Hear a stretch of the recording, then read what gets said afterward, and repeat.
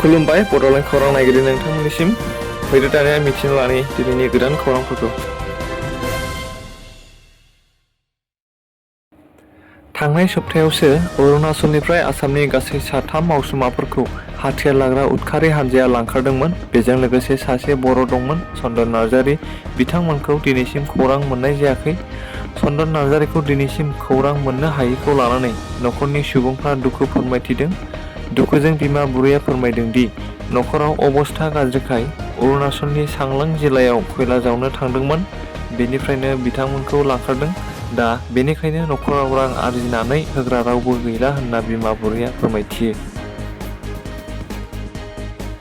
आसामनि गिबि मन्त्रि डक्टर हिमन्त बिश्व शर्मा बिथाङा जनाय बिधान सभा बियाबनि सिङाव 13,500नो हा पाट्टा रानना होदों गिबि मन्त्रि हिमन्त बिश्व शर्मा बिथाङा। आरो मोनसे गोजोनथाव खौरां हा पाट्टाखौ लानानै बिथाङा फोरमायदों। हा पाट्टाखौ दानिया अनलाइननि गेजेरजों बानायनो हासिगोन, गावबा गावनो मबाइलनि गेजेरजों बानायना लानो हासिगोन होनना बिथाङा फोरमायो।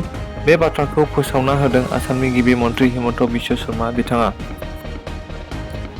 APC अर्थात आसाम पाब्लिक सार्भिस कमिशननि जि जानो गोनां प्रिलिम्स एग्जाम दंमोन 17 मार्चआव, दा बेखौ पस्टपन खालामनानै 18 मार्चआव लानाय जाबाय। रायजो राजाफोरनि गेजेराव रां दाहार होनायफोरखौ सरकारा होबथानायखौ नुबोगासिनो दं। होबथानाय लेखा एक्सन लागासिनो दं। बेबादिनो पुलिसफोरा दाब दाब जायगायाव संदाननानै हमनायखौ नुबोगासिनो दं। बेबादिनो आसामनि गिबि मन्त्रि हिमन्त बिश्व शर्मा बिथाङा रां दाहार लाग्राफोरनि थाखाय मोनसे बिग आपडेट फोसावदों। बिथाङा बुंदों दि रायजोआव रां दाहार हरग्राफोरनो गरसेबो रां हरफिननो नांला एबा सुदखौ हरफिननांला होनना बिथाङा फोसावदों। फैगौ लकसभा बिसायख'थि जायैनि सिगांनो सिमान लादों BPFनि गोख्रों सासे दैदेनगिरिया। UPPLनि गोख्रों दैदेननायखौ नुनानै गिखाबाय नामा BPFनि दैदेनगिरि प्रमिला रानी ब्रह्मआ? गोबां सिन्था खालामनानै बिथाङा बुंदों दि बे खेबनि बिसायख'थियाव आं गेलेला होननानै खौरां बिजोंनि गेजेरजों फोरमायनानै लादों गावनि गोसोनि साननायखौ। सोलिफुनाय BTR सरकारनि दैदेननायाव एबा BTRनि चिफ प्रमद बर'नि दैदेननायाव मोनसेनि उनाव मोनसे गोख्रों बिथांखि लानायखौ नुबोगासिनो दं आरो मावफुंनायखौबो नुबोगासिनो दं। बेबादिनो बे खेबाव BTRनिफ्राय साइन्टिस्ट दिहुननो थांखि लादों BTRनि चिफ प्रमद बर' बिथाङा।